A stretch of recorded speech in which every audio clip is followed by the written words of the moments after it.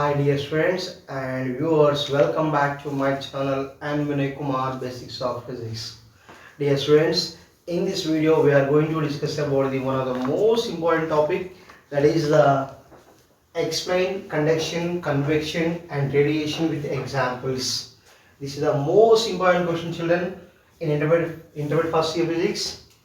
So what is mean by conduction, what is mean by convection and what is mean by radiation, and we have to explain the examples. That is for 4 marks. This is the most important question, children. So dear students, already we know that what it is. Heat is the one energy, form of energy. It is the form of energy. So that heat energy should be transmitted in three ways. Transmitted in three ways. Heat energy can move from one place to the another place in three ways. They are the first one, conduction, second one, convection, and third one is radiation. Clear? Heat can be transferred in three ways: conduction, convection and radiation. So what is mean by conduction? The first thing is, what is mean by conduction? The heat can be transmitted from one place to the another place in a body due to the vibration of particles. That should be what we call conduction of heat. Conduction of heat is nothing but heat is transferred from one place to the another place in a body because of vibration of the particles. That should be what we call conduction. The conduction maybe takes place in solids only, in solids. So to understand the conduction, simply we are taken one long rod is there, and there is one person is there. He was holding like this, and one end of the rod should be here in a flame. That means here we are heating the first end of the rod with some heating arrangement.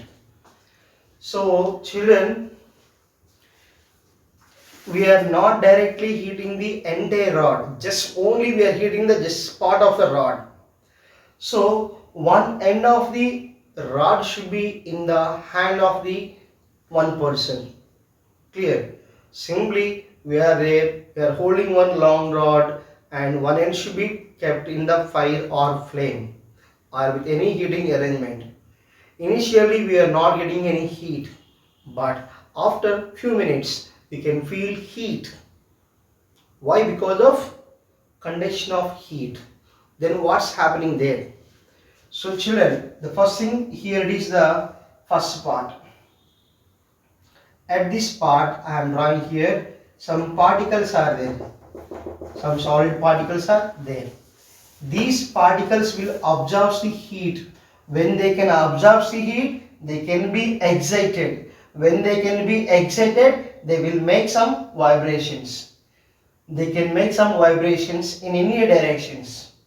So during the vibration of those particles, they should be collide with some other particles which are beside of it. So these should be collide like this.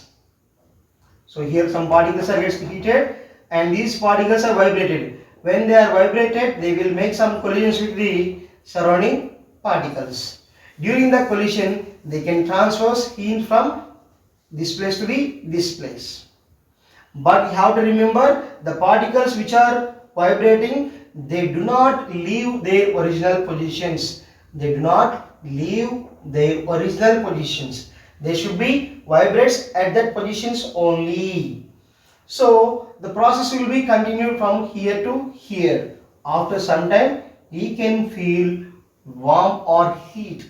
It means that what? Heat is transferred from this end to that end because of vibration of particles continuously takes place up to last end.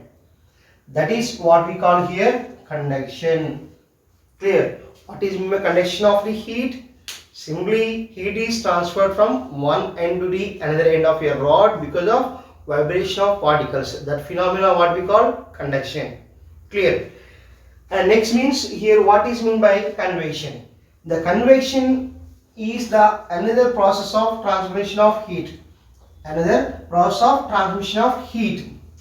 So that should be takes place in fluids like air or water maybe. Clear? And that convection should be takes place here two types: natural convection and forced convection. Forced convection. So first see what is convection. The heat can be transferred from one place to the another place because of moving of fluid layers. The heat is transferred from one place to the another place because of moving of the fluid layers. When the fluid layer is moving from one place to another, the heat is transferred. That phenomena what we call convection. And if it is happened naturally, that is what we call natural convection. And if it is happened by some external agency like fan or anything water maybe, that is the what we call forced convection. So to understand that, we will give one example, children. This is the one vessel or one beaker that should be having some water. Clear? One lid is there, it is closed with a lid. And here we are heating the vessel by using some heating arrangement. This is what? Heating arrangement. Clear? Then what you observe, children? Here the fluid layer which is in contact with the bottom of the container. The fluid layer which is in contact with the bottom of the container, that is going to be gets heated first. When it gets heated, it becomes less density. Due to that should be goes to the top. And the fluid layer already which is at the top of the fluid, that is having more density, and that should be comes down. Clear? What you observe? When a beaker is there, in that some water is there. When we are heating the beaker is going to be gets heated first, and the fluid layer what is in contact with the bottom of the container, that is going to be heated first, and that is becomes very less white. Why? Because decreasing density takes place. Due to that, it goes to the top. And similarly here, the layer which is at the top of the fluid actually comes down because of its density is more. This process will be continued. Up to the total water is going to be gets heated. So from this one, what you have to say, children? It is moving from one place to the another place because of movement of the fluid layers. That is what we call convection. Clear? While we are walking along the road just beside any water storage in the summer season, we can feel very cool during the afternoon time because on the earth or road hot air is there, and that air must be moves onto the water storage like river, canal water maybe, and the cool breeze water there, they must be comes onto the earth. Got my point? So it is a natural convection process. What it is? Hotter air which is on the earth that should be moves onwards to the over the water or over the sea or river like that.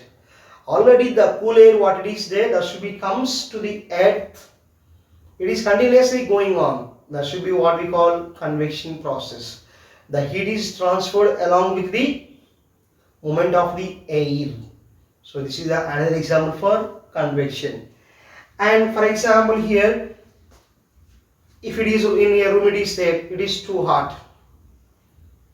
Here if you can open the windows, then it is naturally completed to the air. Naturally it is cool. then that is what we call natural convection. If we can use any fan, then the room is going to be cool but with some force because of fan. That's why that convection is called forced convection. Forced convection. So in this case, children, 2 marks question will be most important.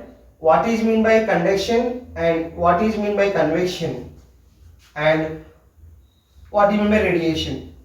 Among these three, the question should be like this 2 marks question. How many methods or how many modes of transmission of heat is placed there? Among them, which requires the medium? That is the question 2 marks question. How many modes of transmission of heat takes place, in which how many have required medium to for the transmission of heat? The question will be like that. For that, answer is the heat is transferred in 3 ways or 3 modes of transmission: conduction, convection and radiation. Among these two, for conduction and convection, medium is necessary. In the long rod example, long rod is the medium of heat.